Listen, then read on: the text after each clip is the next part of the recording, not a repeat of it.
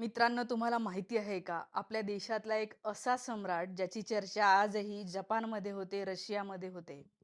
सम्राट अशोक. सम्राट अशोकाशी संबंधित हे चिन्ह आपण जवळपास रोज बघतो.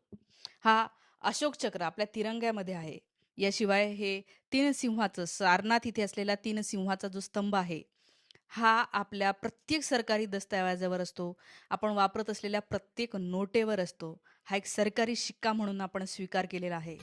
याचं कारण म्हणजे सम्राट अशोकाचं कार्य इतकं मोठं आहे, की आजपर्यंत भारतामध्ये एकाच व्यक्तीचं नाव घेतो म्हटलं, जी सम्राट राहिलेली आहे, तर सम्राट अशोकाचंच निघतं. काही अभ्यासक तर म्हणतात, की असा कोणताही देश नाही आहे, ज्या देशामध्ये सम्राट अशोकासारखा राजा जन्माला आला. सम्राट अशोकाने आपली पूर्ण प्रशासन व्यवस्था ही जनतेच्या कल्याणासाठी वापरली होती. अशोकाच्या पूर्वी असा कोणताही राजा होऊन गेलेला नव्हता. हा राजा जनतेची सुख-दुःख